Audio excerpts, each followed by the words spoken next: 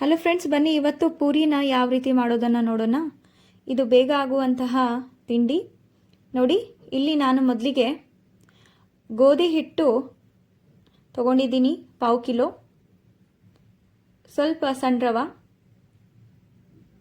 ಚಿಟಿಕೆ ಉಪ್ಪು. ಫ್ರೆಂಡ್ಸ್, ಇದನ್ನು ಮೊದಲಿಗೆ ನಾವು ಚೆನ್ನಾಗಿ ಕಲಸೋಣ. ನೋಡಿ, ಹಿಟ್ಟು ನಾದಲಿಕ್ಕೆ ಇದೆಲ್ಲ ಇಂಗ್ರೀಡಿಯೆಂಟ್ಸ್ ಹಾಕೋಣ. ಸಣ್ಣ ರವೆ, ಸ್ವಲ್ಪ ಉಪ್ಪು, ನೀರು, ಆಮೇಲೆ ಸ್ವಲ್ಪ ಎಣ್ಣೆ ಹಾಕ್ಕೊಂಡಿದ್ದೀನಿ ನಾನು.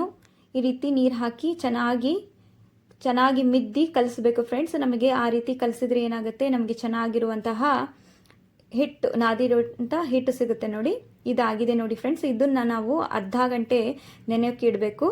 ನೋಡಿ, ಇದು ನಾನು ಅರ್ಧ ಗಂಟೆ ನೆನೆಯೋಕ್ಕಿಟ್ಟು ಈಗ ನಾನು ತೆಗೆದು ಇದನ್ನು ನಾನು ಪುರಿ ಮಾಡೋಕ್ಕೆ ಯೂಸ್ ಮಾಡ್ತೀನಿ.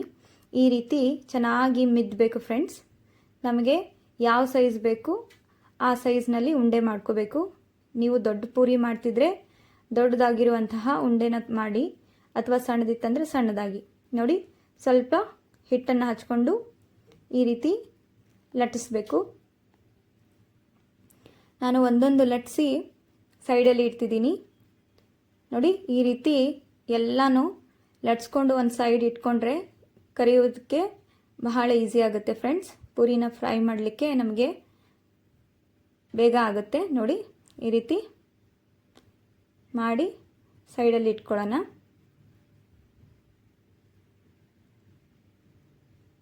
ಇವಾಗ ನೋಡಿ ಫ್ರೆಂಡ್ಸ್, ನಾನು ಒಲೆ ಮೇಲೆ ಬಾಣಲಿನ ಇಟ್ಬಿಟ್ಟು ಸ್ವಲ್ಪ ಎಣ್ಣೆ ಹಾಕಿ ಪೂರಿನ ಫ್ರೈ ಮಾಡ್ತಿದ್ದೀನಿ. ನೋಡಿ, ನಿಧಾನವಾಗಿ ಎಣ್ಣೆಲಿ ಬಿಡಬೇಕು. ಎಣ್ಣೆ ಕಾದಿರುತ್ತೆ, ಅದಕ್ಕೋಸ್ಕರ. ಇವಾಗ ಒಂಚೂರು ಅದನ್ನು ನಾವು ಸೆಟ್ ಮಾಡ್ಕೊಳ್ಳೋಣ. ನೋಡಿ, ಈ ರೀತಿ ಎಣ್ಣೆಲಿ ಸ್ವಲ್ಪ ಅದ್ರ ಮೇಲೆ ಎಣ್ಣೆ ಹಾಕಿ ಈ ರೀತಿ ನಾವು ಕರಿಬೇಕು. ಮಧ್ಯದಲ್ಲಿ ಒಂಚೂರು ಅದ್ರ ಮೇಲೆ ಪ್ರೆಸ್ ಮಾಡಿದರೆ ಸ್ವಲ್ಪ ಅದು ಉಬ್ಬುತ್ತೆ ಫ್ರೆಂಡ್ಸ್. ನೋಡಿ, ಈ ರೀತಿ ಮಾಡಬೇಕು. ಇವಾಗ ಇದನ್ನು ಮಗುಚ್ ಹಾಕ್ಕೊಳ್ಳೋಣ.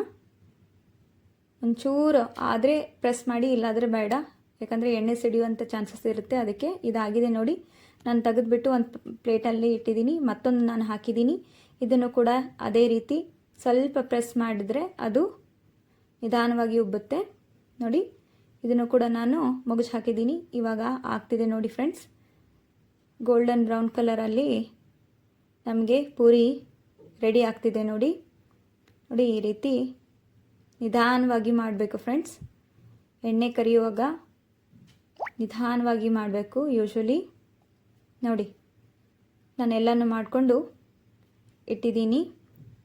ನೋಡಿ ಫ್ರೆಂಡ್ಸ್, ನಾನು ಒಂದು ಪ್ಲೇಟ್ನಲ್ಲಿ ವೆಜಿಟೇಬಲ್ ಸಾಗು ಜೊತೆ ನಾನು ಇದನ್ನು ತಿನ್ನೋಕ್ಕೆ ಇಷ್ಟಪಡ್ತೀನಿ. ನೀವು ಈ ವೆಜಿಟೇಬಲ್ ಸಾಗು ಜೊತೆ ತಿನ್ನಬೇಕಂತ ಹೇಳಿದರೆ ನಾನು ಆಲ್ರೆಡಿ ಈ ವೆಜಿಟೇಬಲ್ ಸಾಗುನ ವಿಡಿಯೋ ಮಾಡಿಬಿಟ್ಟು ನಮ್ಮ ಚಾನಲ್ನಲ್ಲಿ ಹಾಕಿದ್ದೀನಿ. ನೀವು ಅದನ್ನು ನೋಡ್ಕೊಳ್ಳಿ. ಮತ್ತು ನಾವು ಮಾಡಿರುವಂಥ ಈ ಪೂರಿ ಮತ್ತು ಸಾಗು ನಿಮಗೆ ಇಷ್ಟ ಆಗಿದ್ದರೆ ನಮ್ಮ ಚಾನಲ್ನ ಸಬ್ಸ್ಕ್ರೈಬ್ ಮಾಡಿ, ಲೈಕ್ ಮಾಡಿ, ಶೇರ್ ಮಾಡಿ ಮತ್ತು ಕಾಮೆಂಟ್ ಮಾಡಿ ಫ್ರೆಂಡ್ಸ್. ಮತ್ತೆ ನಾನು ಮುಂದಿನ ವಿಡಿಯೋದಲ್ಲಿ ನಿಮಗೆ ನಾನು ಭೇಟಿ ಆಗ್ತೀನಿ. Thank you. ಬಾಯ್.